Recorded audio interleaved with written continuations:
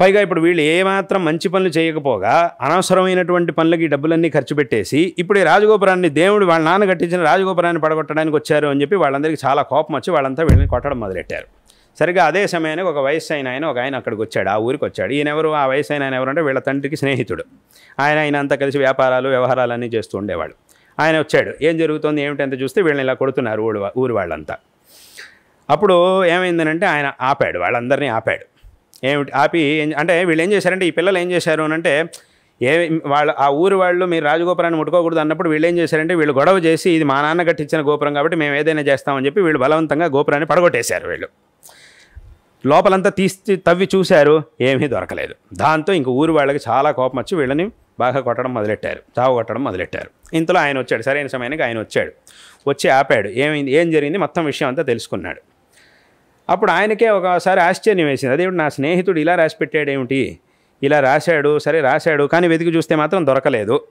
మా స్నేహితుడు ఆయన ఏం తెలివి తక్కువ వాడు కదా, ఇలా రాశాడంటే దీని వెనకాల ఏదో సూక్ష్మం ఉండాలి కాబట్టి ఇక్కడ ఏదో విషయం ఉంది అని చెప్పి ఏమన్నాడు అనంటే ఆ ఊరు వాళ్ళకి చెప్పాడు ఈయన, నాకు 2 రోజులు సమయం ఇవ్వండి, నేను ఎలాగైనా సరే ఆయన ఎందుకు రాశాడో ఒకసారి ఆలోచిస్తాను, దీని వెనకాల ఏదో కారణం ఉంటుంది, ఒకవేళ ఈ 2 రోజుల్లో కనుక నేను దాన్ని కనిపెట్టలేకపోతే నా చేతుల మీదుగా మళ్ళీ మొత్తం రాజగోపురాన్ని నేను కట్టించిస్తాను అని వాళ్ళందరికీ మాటిచ్చి ఆ గొడవను అక్కడికి ఆపించి ఆయన వెళ్ళాడు.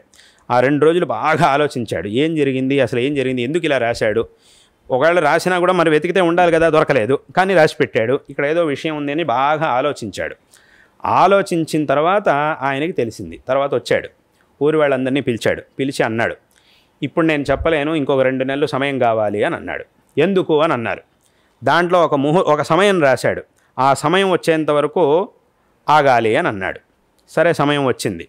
వచ్చిన తర్వాత ఏమైంది అని అంటే ఆ రాజగోపురం ఎక్కడైతే ఉండేదో అంటే దాని యొక్క ఆ నీడ, రాజగోపురం పొడుగ్గా ఉంటుంది కదా, దాని నీడ ఫలానా చోట పడుతుంది. అందులోనూ సూర్యుడు అటు ఇటు సంచరిస్తున్నప్పుడు ఈ దక్షిణాయనం ఉత్తరాయణంలో సూర్యుడి గతి అటు ఇటు మారుతూ ఉంటుంది. అప్పుడు ఆ నీడ కూడా అటు ఇటు మారుతుంది. ఆ ఫలానా మాసంలో ఫలానా రోజున ఆ రాజగోపురం యొక్క నీడ అనేది ఎక్కడైతే పడుతుందో అక్కడ తవ్వి చూడండి అని చెప్పాడు. అక్కడ తవ్వినప్పుడు అక్కడ బంగారం దొరికింది. అంటే ఆయన ఏం చేశాడంటే 2 నెలల సమయం అక్కర్లేదు. ఆయన ఏమన్నాడు అని అంటే ఆ తిథిలో రాజగోపురం యొక్క నీడ ఎక్కడ పడుతూ ఉండేది, అది ఉన్నప్పుడు అది ఎక్కడ పడేది అనే దాన్ని గుర్తించి అక్కడ తవ్వి చూడండి అని అన్నాడు. తవ్వాడు, తవ్వితే అక్కడ బంగారం దొరికింది.